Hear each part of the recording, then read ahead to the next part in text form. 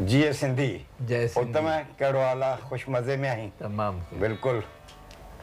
अॼु मां कंहिं ख़ासि मतिलब सां आयो आहियां। तरक़ी पसंदि लेखकनि जे त्रिमूर्तीअ जी कैसेट थी जुड़े, तंहिंमें मूंखे शर्फ़ मिलियो आहे त तुंहिंजी मुलाक़ात मां वठां। इन करे मां अॼु तो वटि अची पहुतो आहियां। मुंहिंजी मर्ज़ी आहे त शुरूआति करियूं हैदराबाद सिंध खां, जिते तुंहिंजो जनमु थियो। तुंहिंजो जनमु थियो ख़ुदाबादी भाईबंद ख़ानदान में, जेके सिंधवर की सॾिबा हुआ ऐं उन तौरु मशहूरु हुआ। पोइ तोखे नौकिरी करण जो या इल्मु हासिलु करण जो, तइलीम जो शौक़ु पैदा थियो, उहो कीअं थियो ऐं आज़ादी हलचल में तो वॾो पहिरो वरितो कॉलेजी जीवन में, त उहे स्कूल जा आज़मूदा, कॉलेज जा आज़मूदा ऐं शुरूआती दौरु हो तुंहिंजो कीअं गुज़रियो 20-25 साल, उन बाबति यार मुंहिंजो जेको सुभाउ आहे सो उन सिंधवर की वापारी ज़हनियत वारे सुभाउ खां निरालो आहे। इन करे बुनियादी तरह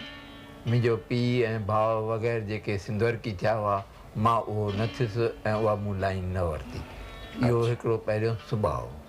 तंहिंखां पोइ इन सुभाउ खां वधीक वरी अॻिते जॾहिं वधियुसि शागिर्दनि जे हलचल में, त उते जेके ॿिया हशूके वारा मानी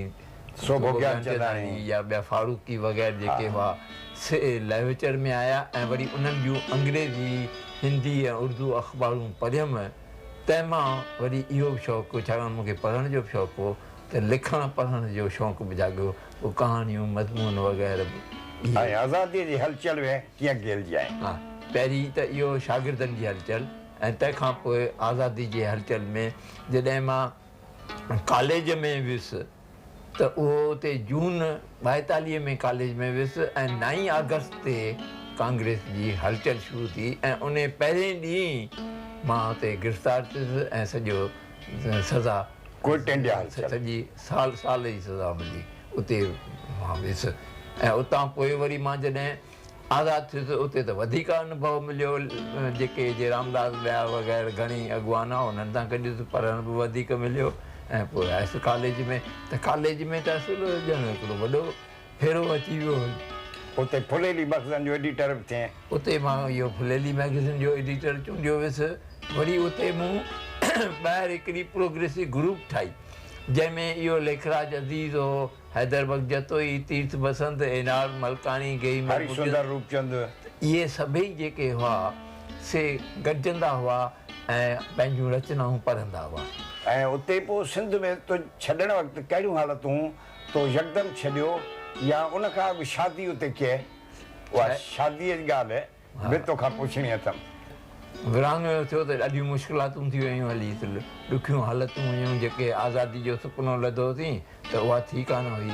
इन करे असां लॾण जो पिए सोचियोसीं, पर पोइ छाकाणि जो फुलेली अख़बार में मूं हिकिड़ी आखाणी लिखी जंहिंजो मक़सदु हो त इहो लेती लेती न वठणु, ऐं ॿियो वरी हरिशुंदर जेको हूंदो हो उन जूं समाज सुधारक हो, उन जूं गॾिजाणियूं थींदियूं हुयूं, उते मूंखे कोठाईंदा हुआ। ऐं हीअ सुंदरी जेका हुई सा मुंहिंजे पाड़े में लॻो तम चंदानी पाड़े सां खटियुनि जे वेड़े में रहंदी, पोइ ईंदी वेंदी हुई पई, मुंहिंजियुनि सौटियुनि सां पई ॻाल्हाईंदी हुई ऐं उन्हनि खे पई चवंदी हुई। असुलु भई मूंखे सुंदरीअ पाण चयो आहे, चई मां उन्हनि खे चवंदुसि तम चंदानी पाण खे सम्झो ऐं मां बि ॾेखारींदोसांव। नंढड़े फ्राक वारी सुंदरी, अॼु बि उहा सूरत तोखे यादि दिलि ते उकिरियल हूंदी। इन करे हुन चयो त भई इहा मूं आखाणी तुंहिंजी पढ़ी, मां मुतासिर थियुसि ऐं पोइ इहे जेके थियूं, ऐं पोइ इन मां ई प्यार जी शादी कई थी। अदब जो शौक़ु हुनखे हो, हुनखे पोइ इहो जेको आहे इन मां ई असांजी शादी थी। पोइ विरहाङे खां पोइ तूं लॾे आहीं त पहिरीं सिधो बॉम्बे में आहीं या ॿिए हंधि में? पहिरीं आयुसि मां बड़ौदे में, उते साल खनि रहियुसि ऐं उते बि नौकिरी वोकिरी कईसीं वग़ैरह। ऐं पोइ छाकाणि जो मूं हुते कॉलेज में MA जा टर्म्स रखिया हुआ ऐं मूं हिन विरहाङे करे मां उहो लॾे इम्तिहान न ॾेई सघियुसि, इन करे उहो मूंखे बॉम्बे में ॾियणो पियो। ऐं मूं उन जाइ में मार्च में ॾियणो हो, मां जनवरी मार्च उन जाइ में आयुसि त उन साॻियो वक़्तु जॻहियूं बि पे ॻोल्हियमि ऐं उहो कांदेवली में जिते माली रहंदो उते बैरक में वठी उहा जॻह उते वरितमि ऐं मार्च में इम्तिहान ॾिनमि ऐं इम्तिहान जी रिज़ल्ट आउट थी त उन जाइ में ई मूंखे उहो सेक्रेटरी में नौकरी मिली ऐं 10 साल खनि तो नौकिरी कई उहा सॼी मतिलबु नौकिरी छॾण जो सबबु कहिड़ो छा आहे? 60 में तो शायदि छॾी कल्ह 1 मई ते 1960 ते महाराष्ट्र ऐं गुजरात जो विरहाङो थियो ऐं मूंखे चयऊं त तूं अहमदाबाद वञ या नौकिरी छॾे त इहा ॻाल्हि मूंखे कान पसंदि पई छो जो मां 49 खां वठी हिते 60 जे वक़्त में नौकिरी कंदे बि सॼो हिन साहित्यिक अदबी हलचल में नई दुनिया कढंदो हुउसि सिंधू धारा सां वाबस्तु आयुसि ऐं 59 में त अखिल भारत ॿोली सभा ठही त इन्हनि में सरगर्म हुउसि ऐं ॿियो घर बि मुंहिंजो हुते ठाहीं को थियल हो इन करे जुदा थियणु नथी चाहे हा इन करे मूं उहा नौकिरी 1 मई ते ई छॾे ॾिनी चयमि त ऐं उन मां मूंखे वरी आज़मूदो मिलियो हो हैदरबग जतोई जो जंहिं पंहिंजे हारियुनि जे लाइ पंहिंजी कलेक्टरी जेका नौकिरी मूंखे यादि थी अचे त सिंधी साहित्य मंडल ऐं नई दुनिया सिंधू धारा उन बारे में तूं पंहिंजूं हाल अहवाल मूंखे ॾे नई दुनिया हिते शुरू थी 48 में जेका हिकिड़ो साल हलाई उन बिहारी छाबड़िया ॿियो साल हलाई लक्ष्मण राजपाल उन बि पूरी न हलाए सघी त पोइ असां टिनि खे कीरत मूंखे ऐं ॿिए गोबिंद पंजाब खे त्रिमूर्ति कम्युनिस्टनि जी हुई तिन खे ॾिनई त उन बि 4-5 साल पाण में गॾिजी हलाइसीं पर उहा बि जेका ईअं न हली ऐं फ़ैसिलो लेखकनि खे घुराए ईअं सुगुन बुगुन आहूजा सभई वग़ैरह त भई इहो बंदि करियो ऐं मूं चयोमांनि त जीअं ईअं बंदि करियो था त इन खां मूंखे ॾियो मां खणा ऐं उन खां पोइ मूं खईं 57 में खईं त उहा 30-40 साल मूं हलाई मूं हुन मां 100 खनि किताब बि कढिया जुदा जुदा किताब कढिया 100 किताब तंहिंखां त ख़ासि पर्चा बि मूं कढिया आहिनि सॼो इहा सॼी हिकिड़ी हलचल जी थी वई मलकाणीअ हिन खे चयो आहे त सिंधी साहित्य मंडल उन जॻह वठी ऐं इहा 48 खां नई दुनिया इहे हिते जे साहित्य जी पुनर्निर्माण आहे नवनिर्माण हिननि खे ऐं वॾो अदबी क्लास ते ई हलचल जी शुरूआत आहे ऐं उन खां पोइ वरी सभा ठही 59 में सभा ठही जंहिंजा 3-4 प्रेसिडेंट हुआ NR मलकाणी हो MU मलकाणी हो ऐं इहो केरु आहे इहो अजवाणी हो इन्हनि टिनी जो मां जनरल सेक्रेटरी हुउसि सेक्रेटरी उते वाइस पोपटी मोती प्रकाश कीरत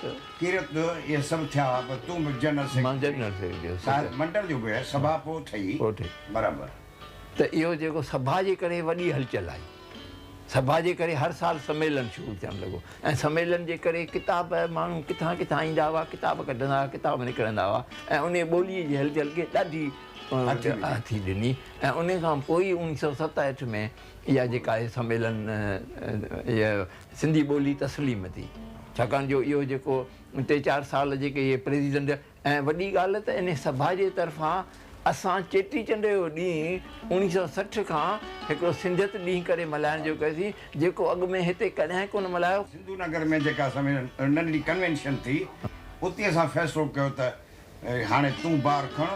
ऐं अलवर सम्मेलन वरी उहा संग में थी ऐं उते असां इहो देवनागरी जो निकालो कढी ऐं सभा जी पॉलिसी हिकिड़ी ठाहे छॾी थी ऐं उहा वॾी हिकिड़ी अलवर सम्मेलन लिखी आहे उते असां फ़ैसिलो कयोसीं त हर साल चेटीचंड ते इहो सिंधियत ॾींहं ते कसम खणाईंदासीं ऐं जिते बि गॾजंदासीं पाण में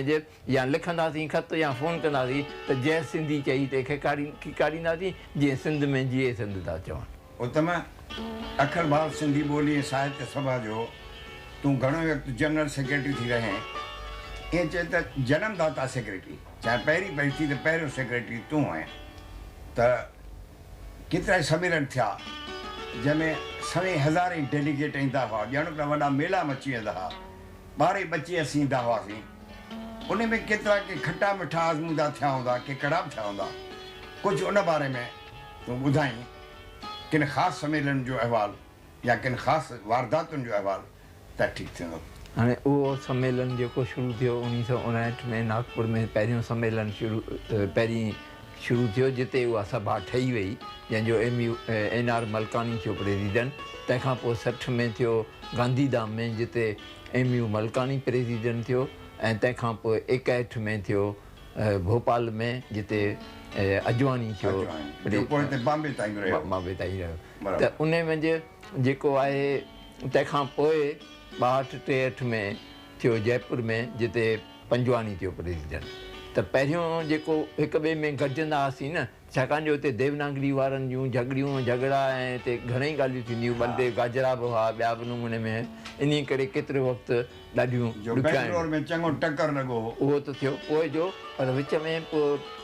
पंजवाणीअ जे वक़्त में हिते जयपुर में जॾहिं अजवाणीअ हो त उते ठहराव बहाल थियो त भई तइलीम सिंधी ॿोलीअ में ई ॾिनी वेंदी लिपीअ में सिंधी लिपीअ में ई ॾिनी वेंदी पर पंजवाणी चवणु लॻो इहो अखर पोइ जो आहे त इन ते वॾो हिकिड़ो वणाव पैदा थियो पोइ इहो ईअं ई रहिजी वियो हली त इहो असांजो ठहराव जेको आहे सो बहाल कयल आहे ईअं ई कयो थी उत्तम उन वक़्त धारी सिंधू धारा निकिती संपादक मंडल हो सभु कमु कंदड़ हुआ पर रूह रवान तूं है तो पे हलाई उहा जो पोइ बंदि थी वई त उन जा कहिड़ियूं हालतूं हुयूं हाणे उहा जेका सिंधू धारा शुरू थी त उन में पहिरीं नमूने में मूंखे कोन खयो हो ऐं पाण में ई गॾिजी किसो हलायूं ऐं 2-4 महीननि में ई चयूं त असीं अख़बार बंदि था करियूं त मूं चवां अख़बार जेका हेॾी सॼी हलचल सां हलाई पई आहे त उनखे बंदि करण सां वॾो धकु लॻंदो ऐं तव्हां पैसा कढो हिते 50-50 100-100 करे पाण 15-20 ॼणा गॾिजी असां पैसो कढियोसीं ऐं पोइ उहा अख़बार हलाई थी उहे हालतूं जेके हुयूं न त जीअं उते हिकिड़ो मोती प्रकाश ऐं ॿिया सभई पाण में असीं लेखक उते सबाब में हुन में जे सिंधू धारा में कमु कंदा हुआसीं वासुदेव निर्मल हो कीरत बाबानी हो मोती प्रकाश वग़ैरह थी सभई त उहा जेका हालति इहा हुई जो जिते किथे मुश्किलात पैसनि जी पई आहे ऐं सिंधू धारा में बि उहा हालति हुई ऐं पर उहा पोइ बि वरी जॾहिं हलाईसीं त 7-8 साल हली ऐं वरी उहा पोइ बंदि थी 67-68 में वग़ैरह में उहा वरी बंदि थी वई हली त सभु सिंधू धारा जो इहो हाल आहे सिंधू समाचार जॾहिं निकिती मां बि तोसां गॾु हुउसि मां असिस्टेंट एडिटर हुउसि नागराणी साहिब ऐं तूं एडिटर हुआ उहा सिंधू समाचार हली केतिरियूं ॻाल्हियूं मूंखे यादि आहिनि त कीअं पैसनि जी मुश्किलात थींदी हुई पोइ बि हली पए एतिरे क़दुरु जो टैक्सीअ जो भाड़ो न हूंदो हो त घर अची सुंदरीअ जो ऐं आशा जो पर्स खोले उन मां 30 रुपया कढी टैक्सीअ ॾींदा हाणे सिंधू समाचार हलंदे हलंदे बंदि थी उन लाइ दोस्तनि जी थोरी सुस्ती हुई या उते बि माली मुश्किलात मुख्य कारण हो हाणे मुख्य कारण जेको आहे सचमुच पैसे जो धर्मदास नागरानी कीरत बाबानी पोपटी मां ऐं हिंगोरानी वग़ैरह गॾिजी कंपनी ठाहीसीं ऐं उन ते असां हिकिड़ो 10-12 हज़ारनि जी हू त अञा शुरू करण वारा कोन हुआ मूं हुननि खे चयो त तव्हां शुरू करियो ऐं 10-12 हज़ार कठा कया अथऊं उन सां ई त असां वटि पूंजी रुॻो 1000 हिकु साल जी बि कोन हुई ऐं पनो उन ॾाढो महांगो हो त उहे 2 जेके कारण मुख्य तरह हुआ जो पैसो कोन हो ऐं जेको आहे पने जी महांगी थी वई सरकारी जेका मूं हुई ऐं मुख्य कारण उन जे बंदि थियण जो इहो हो बाक़ी ॿी का रंजिश कान हुई तूं उहो अॾोल ऐं अटल इरादे वारो इंसानु आहीं जो सिंधू समाचार बंदि थियण खां पोइ तो पंहिंजे सिर वञी सिंधू संसार अख़बार कढी पंहिंजे बलबूते ते ऐं उहा कम्यूनिस्ट पार्टी जे ऑफिस मां निकिरंदी तुंहिंजो डांगी सां हिननि ॿियनि सां वास्तो रस्तो हो शायदि उहा सहूलियत तोखे ते मिली छा मुंड खां वठी तो कम्यूनिस्टनि सां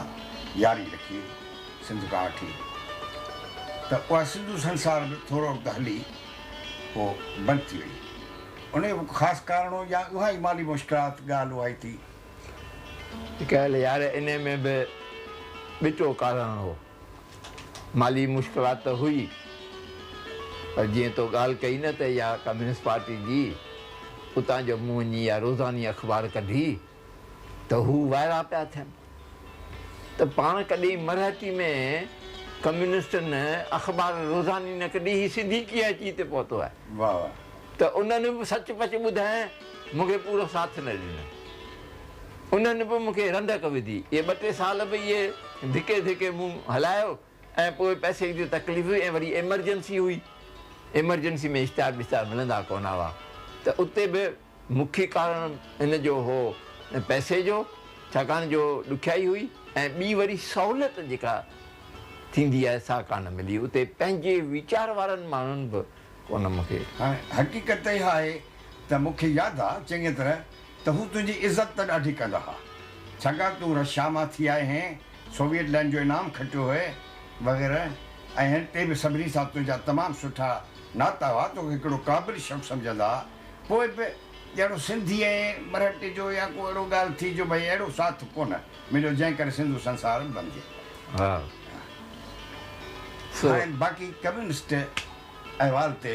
थोरो मूंखे ॿुधाई त अॼु ताईं तुंहिंजो विश्वास उन मार्क्सवाद में प्रगतिवाद में समाजवाद में क़ाइमु आहे या ज़माने खे ॾिसी जे चवंदा आहिनि ज़माने के साथ राग बदलते रहना वक़्त के साथ राग बदलते रहना ईअं थियो आहे या तूं अञा पंहिंजनि उसूलनि ते मत ते पको ऐं अॾोल आहीं मां अञा ताईं बि पंहिंजे उसूलनि ते पको आहियां छाकाणि जो मां रशिया में 2 दफ़ा थी आयुसि हिकु दफ़ो त इनाम मिलियो हो ऐं ॿियो दफ़ो हुते दुनिया जे लेखकनि जी कॉन्फ्रेंस थी वॾा वॾा लेखक चिड़ी ॿिली जा सभिनी हुन सां गॾिजी आयो हुउसि उते हालति मां ॾिसी आयो हुउसि त उते जेको हींअर प्रचार कयो वियो अमेरिका जे तरफ़ां इहे जेका इहा रशिया टुटी आहे सा घणो सबबु उनजो अमेरिका सरमाएदारी या सिरिश्तो आहे जेके उन्हनि जा जासूस वग़ैरह हुआ घणो सबबु उनजो आहे ऐं उन्हनि जो हिकिड़ो सबबु मुख्य जेको चइजे त उन्हनि हुते स्टालिन जो जेको हो ॾाढाई ऐं ॾुखियाई माण्हुनि खे ॾिनी पए बाक़ी हूअं ॿी तरह जेको आहे सो अञा ताईं बि ॾिसंदो आहीं त अञा ताईं उते झगड़ा इहे हलनि पिया इहे कशमकश ऐं कम्यूनिज़म वग़ैरह जी त मुंहिंजो अञा कम्यूनिज़म में इहो मार्क्सवाद में मुंहिंजो विश्वास आहे त उहा जेका आहे सा सही नज़रियो आहे ऐं उहो असां वटि नज़रियो आदजुगात खां वठी वेदनि जे ज़माने खां वठी गुरू नानक जे ज़माने खां वठी आहे ऐं उन में मुंहिंजो कॾहिं बि विश्वास टुटण वारो कोन्हे छाकाणि मां सम्झां थो ऐं मां सम्झां थो त असां कम्यूनिस्टनि या असां तरक़ी पसंदि जेका सिंधी ॿोलीअ साहित्य ऐं सिंधियत खे जेका औज ॾिनी आहे जेको कमु कयो अथऊं सो हिकिड़ो मिसाल आहे अॼु ताईं बि मां इन करे तमामु हिकिड़ो महक मुरादे सां ॻाल्हाईंदो आहियां सच चवंदड़ माण्हू आहे अॼु ताईं बि चवां थो त जेको असां 3 ॼणनि पूरा 50 सालनि खां मथे कमु कयो आहे सो ॿिए कंहिं बि कोन कयो आहे उत्तम यार हिकिड़ी ॻाल्हि ॿुधो माज़ी ते घणो ॻाल्हायोसीं पर सिंधी अदब जो मुस्तक़बिल पनो हथ में झले बीठो आहे उन ते 4 अखर तोखे लिखणा आहिनि उहा आहे सिंधी अदब जी तारीख़ नेठि तूं कॾहिं लिखी असांजे साम्हूं रखंदे वक़्तु गुज़री रहियो आहे यार बराबरि वक़्तु गुज़री रहियो आहे ऐं उन जूं जेके हिकिड़ी 2 तारीख़ अॻु में निकितल आहे अधूरी सही ऐं मूंखे जॾहिं वक़्तु मिलंदो पर मां फ़िलहालु हींअर सिंधियत जे हलचल जे 50 सालनि जे किताब ते अञा पियो पंहिंजो वक़्तु ॾियां ऐं उहो पहिरीं उहो कढंदुसि तंहिंखां पोइ अदब जी लिखियुमि त मां ॾिसंदुसि पर मुंहिंजो जेको हींअर पहिरियों जेको आहे सो सिंधियत जे हलचल जा 50 साल किताब जेको नई दुनिया जे तरफ़ां कढण जो मुंहिंजो वीचार आहे ऐं अञा ताईं बि पूरो न करे सघां आहियां छाकाणि जीअं जीअं वञा थो ॾिसंदो किताब वग़ैरह तीअं घणो थो मसालो निकिरे त इन करे उहो पहिरीं मुंहिंजो वीचार आहे पछाड़ी में मां पंहिंजे जज़्बात जो इज़हार करियां त तव्हांजे टिमूर्ति सां गॾिजी मूं कमु बि कयो आहे ऐं उन ॾांहुं ॾाढी वॾी श्रद्धा बि रखी अथमि पर हींअर बि मुंहिंजी आस आहे त ऐं मुंहिंजो विश्वास आहे त तव्हांजी महिनत तव्हांजो कर्म तव्हांजो योगदान अजायो न वेंदो सिंधी जाती मां ईअं थो चाहियां त तव्हांजे हली वञण खां पोइ बि तव्हांजे समाधियुनि ते ॾिया ॿारींदी ऐं गुल चाढ़ींदी ऐं पछाड़ीअ में सभिनी खां कुझु गॾियल सुवाल ऐं जवाब मालिक साहिब 50 सालनि खां तव्हीं सिंधी ॿोली साहित्य ऐं कला जी ख़िदमत करे रहिया आहियो हाणे हिन उमिरि में ॿुधायो तव्हांजा कहिड़ा वीचार आहिनि हिन बारे में मूंखे लथे पथे तस्कीन जेके कष्ट कशाला तकलीफ़ूं शुरूआती दौर में मूं ऐं मुंहिंजे साथियुनि कढियूं अॼु लॻे थो असांजे लाइ सजाए किन अॻवान बि सोचियो 5 साल बि सिंधी ॿोली ज़िंदा न रहंदी अॼु घटि में घटि 50 साल सिंधी ॿोली ज़िंदा रही आहे ॿोली साहित्य संस्कृति ज़िंदा रहिया ऐं आईंदो मूंखे ऊझ लॻंदो आहे सिंधी ॿोली मरण जी न आहे सिंधी संस्कृति मरण जी न आहे ऐं जंहिं पोइ थिए खाली थोरे वक़्त खां नए सिरे असांखे पंहिंजी सुञाणप रखण जे लाइ ॿोलीअ खे हिकिड़ो वॾे में वॾो सम्झो वञे थो अदावत में उर्दूअ जे हिकिड़े शाइर चयो आहे हफ़ीज़ जालंधरीअ तो उर्दू अदब में हफीज़ गाह जो हिस्सा है 2-4 बरस की बात नहीं, आधा सदी का किस्सा है। यह गाल तव्हांजे त्रिमूर्तिअ सां, माली साहब सां, कीरत सां, तो सां लगे थी। तव्हां ख़ुदि बि अदब में सिंधी ॿोलीअ लाइ ऐं सिंधियत जे ॾिस में 50 सालनि जो योगदान ॾिनो आहे, ख़िदमत कई आहे। उन हालत में उन जे मद्देनज़र मां पुछणु चाहींदुसि तोखां त तव्हां कहिड़ो वरसो छॾणु था चाहियो जो असांजी नौजवान टही संभाले ऐं ताते। यार सिकायल इहो जेको सिंधी ॿोलीअ साहित्य ऐं सिंधियत जो जेको वरसो आहे सो उन मुतलिक़ थींदो। माना असां जेको इहा हलचल हलाईसीं, सिंधी ॿोली खे तस्लीम करायोसीं ऐं पोइ जेका संस्कृति जेका हींअर बि अॼु ताईं जेका उन जी लिपि आहे सा क़ाइमु दाइमु रहे, त उन जो उहो ई वरसो आहे। ऐं हींअर जॾहिं कंप्यूटर ते सिंधी ॿोली आई आहे ऐं हाणोकी सिंधी लिपीअ में, त सॼी दुनिया में उन ते लिख पढ़ थिए थी। हिंदुस्तान असांजी वेबसाइट ते बि आहे, त इन करे सिंध मां, हिंद मां, अमेरिका मां केतिरा ख़त वट अचनि था इन हाणोकी लिपि में। इन करे जेको अॻु में उल्को हूंदो त सिंधी ॿोली ख़तमु थी वेंदी, कंपाज़िटर ख़तमु थी वेंदा हली, सा हाणे सदाईं लाइ उहो जेको उल्को सो लही वियो आहे। ऐं जॾहिं सिंधी ॿोली तस्लीम बि आहे त कंप्यूटर ते बि आहे। इहो ई जेको वरसो आहे, असां अलवर सम्मेलन में हिकिड़ो इहो कयोसीं त भई असीं पंहिंजो हर चेटीचंड जे मौक़े ते कसम खणूं त सिंधी मोहन जे दरे जा वारस आहियूं ऐं जॾहिं बि कंहिं सिंधीअ सां गॾंदासीं त जय सिंधी चई खिकारींदासीं। त इहो ई जेको वरसो आहे उहा जेका ॻाल्हि ज़रूरी आहे, त छाकाणि जो नई टहीअ में बराबरि उहो जज़्बो जाॻाइण जे लाइ अञा ताईं बि असांखे जेके आहियूं इन पीढ़ीअ जा,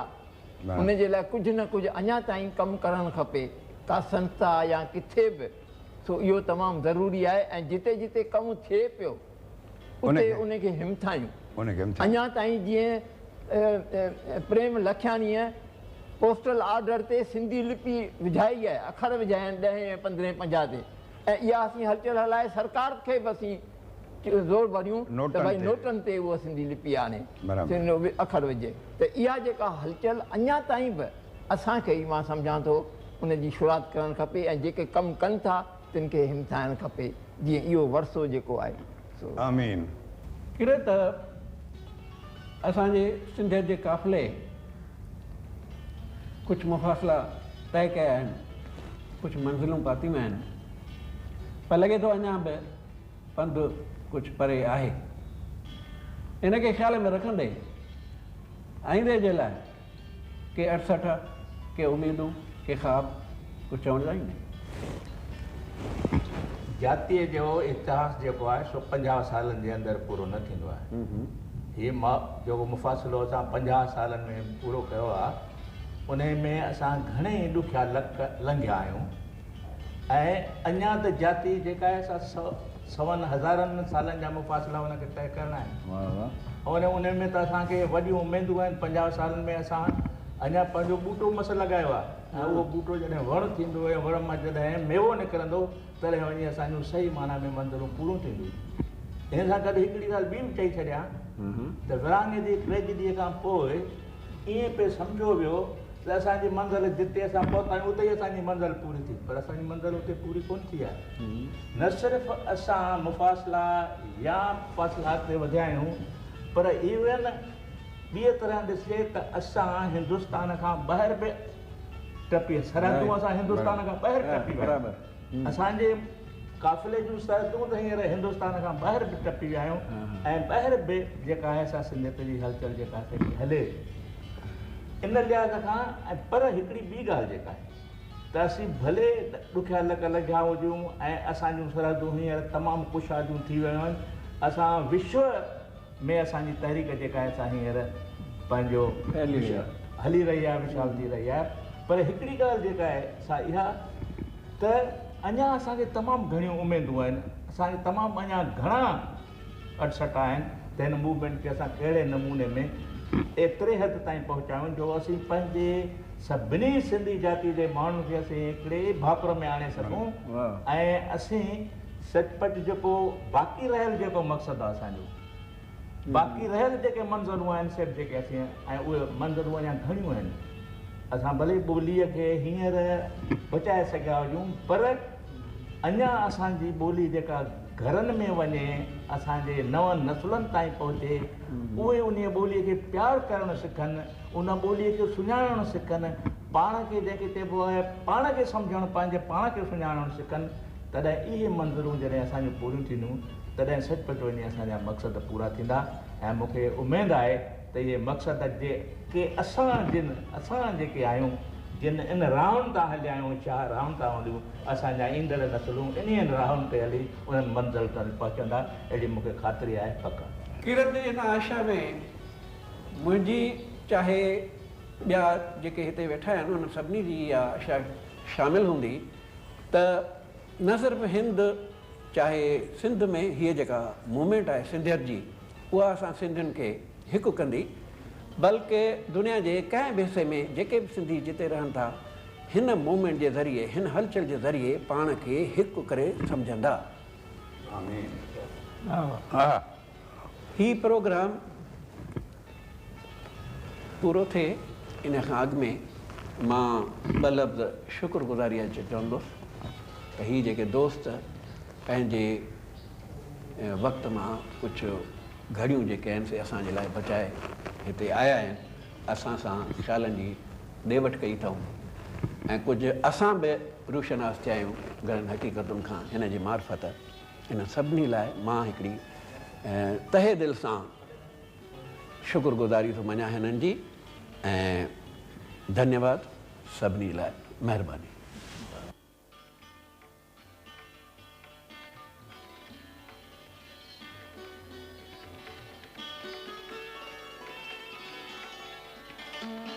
साईं सदाईं